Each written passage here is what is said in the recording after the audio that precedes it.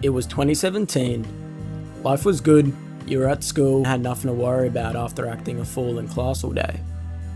You would wait patiently for the bell to ring and joyfully make your way home. As you arrived home, you would turn on your device and go straight onto YouTube to see what was new. To your pleasant surprise, you would see that iDubbbz had uploaded a long-awaited content cop. The poor victim of his newest video was Tana Mojo, where iDubbbz would diabolically disprove every point Tana made and made her look like a fool. His arguments were consistently unbeatable and he seemed he could do no wrong. Well, this seemed like the case until the last few years. So who was iDubbbz and what went so wrong? On August 30th, 2012, iDubbbz, also known as Ian, would post his first video to the now famous IdubbbzTV channel, where he started with playing indie games like Overgrowth. The videos of Overgrowth were mostly just Ian showcasing mods and playing on custom maps while commentating over the gameplay in a very goofy and cringy way. He eventually wanted to show his face on camera and express his creativity by starting a new show called Gaming News Crap, where, you guessed it, he would talk about gaming news in a crap fashion. So I did that, and then I ended up having a segment at the end of this gaming news crap thing called Kickstarter crap. Oh. And I would look at a random Kickstarter project and be like, man, this is pretty shitty. Most of them are gaming focused still, though, right? So then eventually I started just doing Kickstarter crap on its own. In 2013, he would finally discover a working niche for his channel, giving people criticism online who deserved it on Kickstarter. Kickstarter is a website that hosts people's startup companies where they advertise their products, and if it seems interesting enough, the users of the website will help crowdfund the product. But a lot of the time, these startups were horrible, which specifically appealed to iDubbbz. He would select a product and make a detailed and comedic breakdown of why the product is horrible, which was rather an entertaining topic to the viewers. You know, even if it's a white gun, if it doesn't have an orange tip, there's a good possibility you are going to get shot. This would be his biggest series yet, as he would gain the attention of Max Mofo, who at the time was a much larger creator than iDubbbz. And Max, I'll like we said earlier, I'll always have a soft spot in my heart for Max. Max is sweet. He was watching my videos before anyone else was. That's when I dope. had like 20K subscribers, he was watching my videos. That's really cool. While filming Kickstarter crap, he would also start a new series called Bad Unboxing in 2014, which was another successful series and would get better the more fans he would gain due to them sending more crazy items to react to with his increasingly edgy humour.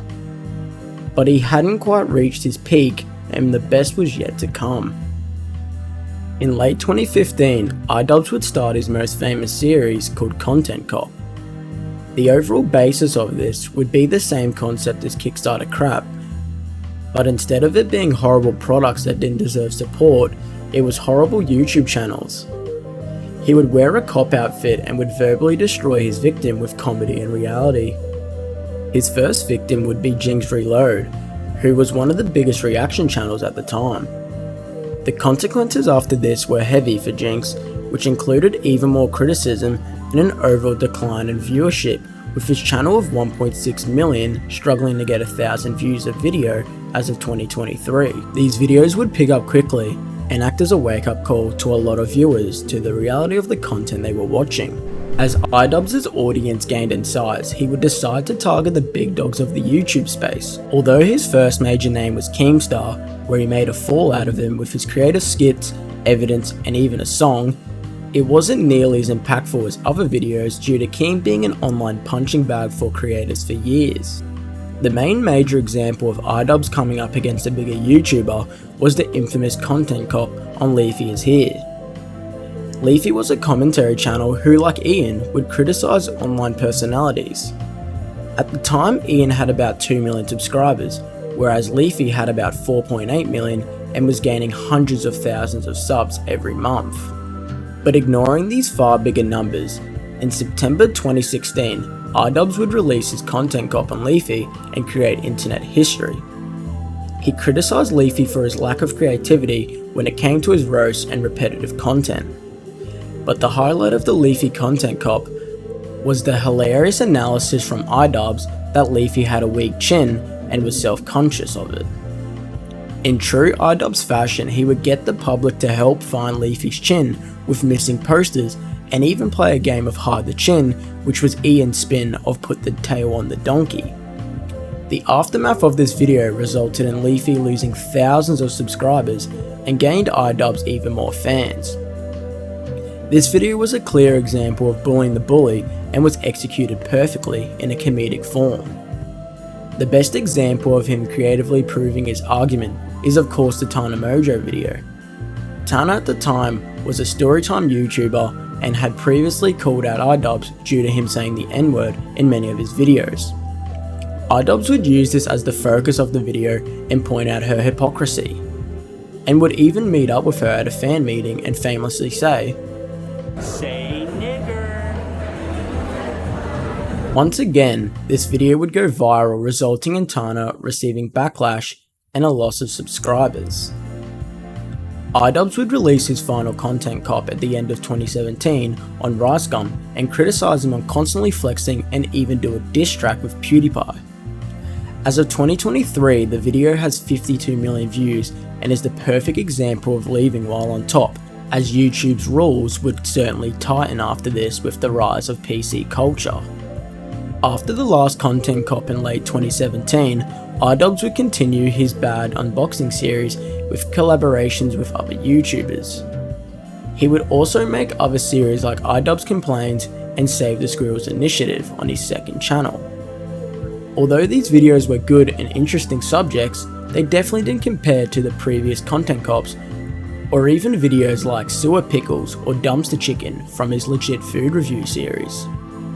As time went on, iDubbbz would shift his focus to professional documentary style videos, with his first one being about Airsoft Fatty, which was a great addition to his channel and was 52 minutes of pure entertainment.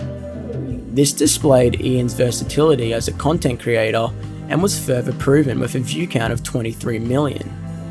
As iDubbbz seemed to discover a new mature niche for his channel, he would face major backlash and be called a simp from his audience after his girlfriend Anissa announced she was making an OnlyFans.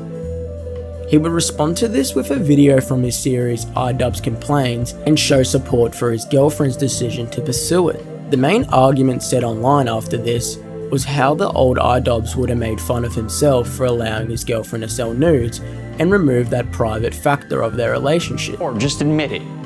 You're a whore, you whore yourself out online, you whore yourself out in front of your family and your friends.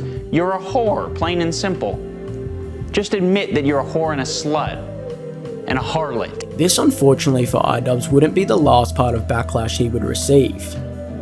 On January 9th, 2022, controversial comedian Sam Hyde would release a video titled The Truth About iDubbbz. In an almost 2-hour-long video, Sam would expose the fact that iDubbbz visited him to film yet another documentary. In this documentary, Sam would play a character and set up a number of fake scenarios unbeknownst to iDubbbz and make him look like a fool, which was a rather strange sight for the fans of Ian. Sam would explain in this video that Ian wasn't posting the footage, so he decided to post his own recordings. Because we want to release our footage from that. Yeah. Because the footage, I don't think the footage is going to be released. After seeing this video, it was quite clear why iDubbbz was reluctant to post it on his channel. Once again, iDubbbz was having the joke pulled on him and he didn't like it. iDubbbz would eventually post his share of the footage as Sam left him no choice, with a lot of fans being confused on how uncomfortable iDubbbz seemed compared to the old iDubbbz. He would even awkwardly confront Sam about old beef, where iDubbbz appeared very offended and sensitive. Did I create an enemy with that? I mean, for a period. Damn, I didn't like you. I'm sorry. You were an asshole. I'm sorry, buddy. That's no good. Yeah, why'd you do that to me? I don't know. I can't even remember what your video was. So maybe I was pissed off or something. I don't know. Which was a shock to the audience, who have gotten to know iDubbbz as an edgy comedian over the years, saying things like the N-word or even I'm gay. I have osteoporosis. From a once unstoppable force in online debates, iDubbbz would start to have more and more chinks in his armor as time went on, especially when it came to Sam Hyde. In 2022, iDubbbz would announce that he was starting his own spin on YouTube boxing with his promotion, Creator Clash. With this announcement, Sam Hyde, who had a background in boxing, was excited to fight on the card, but iDubbbz and now wife, Anissa, didn't like this idea. Following this news, Sam would then go to train Harley Morenstein from Epic Mealtime for his first boxing match, who happened to be on the Creator Clash card. As Sam was Harley's coach, he was going to be at the fight to support his friend after spending over $10,000 for 5 front row seats. Sam would be banned from the event a few hours before it began, which was a rather strange move on iDubbbz's behalf, as it was a charity event. This of course stirred even more bad blood between iDubbbz and Sam Hyde, where Sam would express his true feelings on who he truly thought was behind the decision to have him banned. He believes Ian's wife Anissa is wearing the pants in the relationship and calling the shots. Sam would refer to her as Yoko Ono, the ex-wife of John Lennon, where there has been many claims that she was controlling and manipulative during their marriage. Yeah, I want him to be uncucked. I want him to get the tattoos lasered off, get a normal haircut, get rid of Yoko Ono. That's poisonous. That relationship is poisonous. She's like his entertainment handler. Like she's his career manager. Now, as you see more recent photos of iDubbbz, you will start to see that he looks very different than he used to, and a lot more like his wife, with shaggy hair, tattoos, painted nails, as well as Anissa being more prominent in interviews. Now this could just be because they're married and share a closer bond now, but Sam Hyde could be onto something, especially after iDubbbz took his wife's last name for marriage. This has become so noticeable that a lot of Anissa's Instagram comments are filled with similar opinions as this, with his audience seeming to dwindle and turn on him as the days go on. Now as we get older, we look back on times we're most fond of, and for many of us it was the YouTube era where iDubbbz dominated the landscape. But as we grow old, we must realise that we also must mature and must adapt to the circumstances around us. iDubbbz's content isn't what it used to be, and that's a sad sight to see, but this is all a part of human growth, whether it's for the greater good or not.